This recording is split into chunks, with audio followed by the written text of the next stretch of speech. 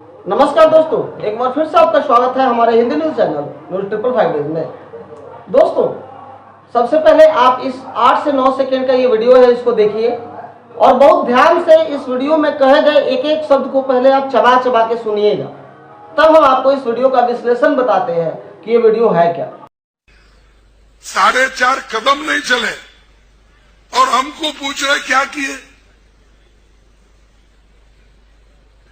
और ऐसे मोदी जी को अगर और शक्ति मिलेगी देश में तो समझो फिर इस देश में सनातन धर्म और आरएसएस की हुकूमत आए। मोदी जी को अगर और शक्ति मिलेगी देश में तो समझो फिर इस देश में सनातन धर्म और आरएसएस की हुकूमत आए। तो फिर इस देश में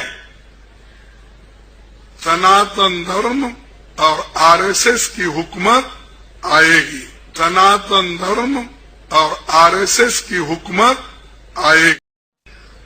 4.5 कदम नहीं चले और हमको पूछ रहे क्या।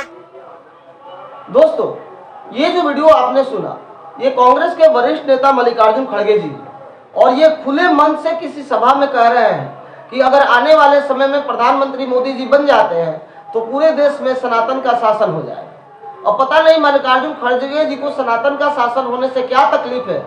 जिस देश में 80% लोग हिंदू हैं और 20% लोगों में बाकी धर्मों के लोग हैं, वहां अगर सनातन का शासन होता है तो उससे हमें नहीं पता कि मल्लिकार्जुन खड़गे जी को क्या दिक्कत है।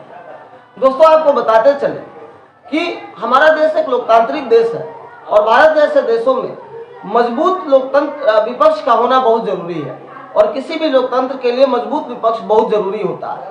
और उस नाते बीजेपी के अपोजिशन में कांग्रेस एक मजबूत विपक्ष की भूमिका निभा सकती थी। लेकिन दोस्तों, कांग्रेस की कुछ नीतियां ऐसी रही, बीजेपी के सरकार में आने के बाद वो नीतियां धीरे धीरे स्पष्ट रूप से जनता के सामने आने लगी, जिसका परिणाम ये हुआ कि कांग्रेस के जो बूथ स्तर के कार्यकर्ता थे, जो राज्य कमेटी के मेंबर थे, उन्होंने जनता पे पकड़ बनाए रखा और उन्होंने बनाने का पूरा प्रयास किया।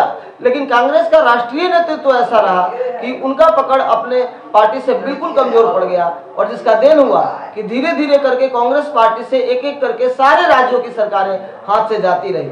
आज अगर किसी राज्य में सरकार है भी तो वो भी कहीं ना कहीं या तो गिरने के कगार पर है या धीरे धीरे कमजोर पड़ते जा रही है।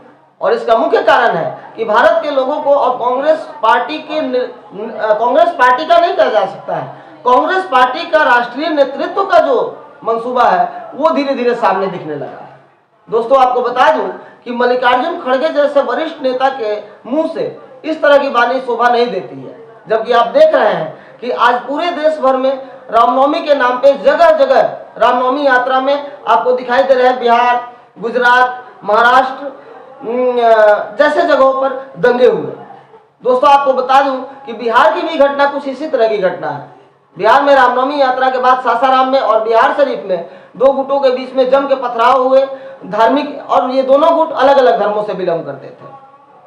दोस्तों, आपको बताते चले कि ऐसे ही बड़े बड़े शीर्ष नेतृत्व के जो नेता है वो अपने बयानों के द्वारा जनता को भटकाने का काम करते हैं। और आज जिस देश की 80% जनता सनातन धर्म को मानती है, अगर उस देश में भी कोई व्यक्ति खड़ा होकर के और इस तरह का बयान दे पाता है तो ये भी हमारे लोकतंत्र की खूबसूरती भी कही जाएगी।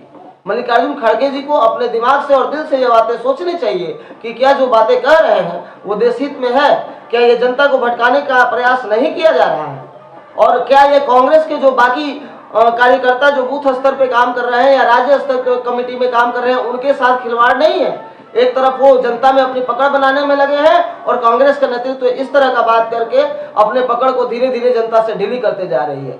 क्योंकि कांग्रेस को सोचने की जरूरत है कि किसी भी देश की जनता अगर उस देश में रहती है तो अपने देश के राष्ट्रीयता के खतरा संबंधित बातों को कभी स्वीकार नहीं करेगी।